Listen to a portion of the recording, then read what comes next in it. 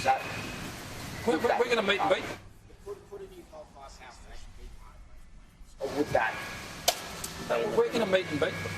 We're going to meet and beat them, and we're going to keep running the country, and we're going to keep running mines. These things are... I mean, the project you're talking about in the grand scale of energy production it's not a very big project, and so I don't think that will have any impact, because we're going to meet and beat our targets. And we have targets, by the way. The government has a target for 2030. The opposition doesn't, but we do, and we're going to meet it and we're going to beat it just like we did 2020. Just on that, you say that the government predicts you will get 29% emissions reduction by 2030, but the official government estimates are 22%. Where does that difference come from? We'll meet our Paris targets in 2030. What's the evidence you've got for that? With the modelling that is being done. And can you release that modelling? You've already got it.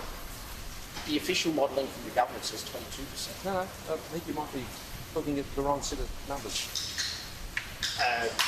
Anthony Albanese today has been critical of you for being too close to Donald Trump and saying that will hurt your chances with the next administration. What's your reaction to that, and what are your hopes for the relationship with Joe Biden? Well, personal attacks are not foreign policies, and if the leader of the opposition thinks sledging me is some sort of foreign policy, well, he just doesn't get it.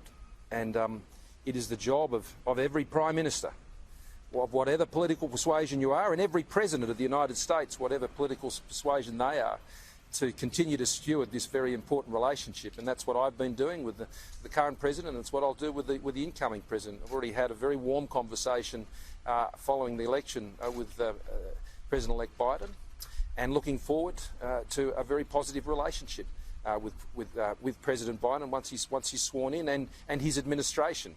We had very good dealings and very good relationships with the current administration. The relationship is bigger than the sort of petty politics and point scoring that I think we're seeing played out today. And I just think that's disappointing.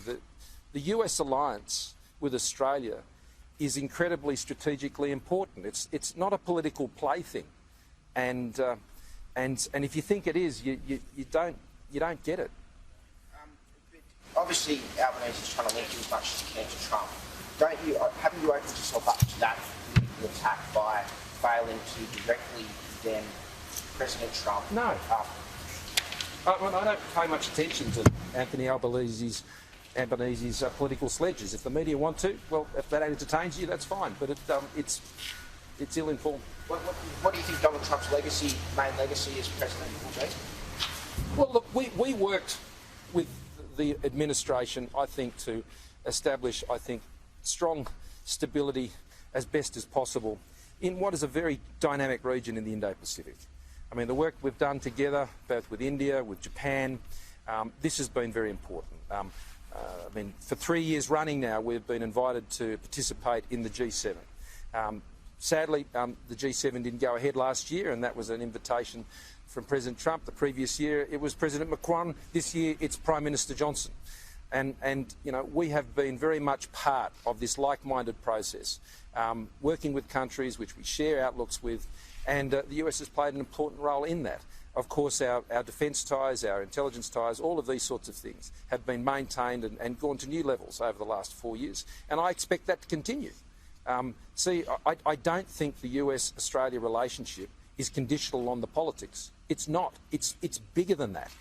And it's disappointing that the Leader of the Opposition would want to drag something so important into petty political sledging.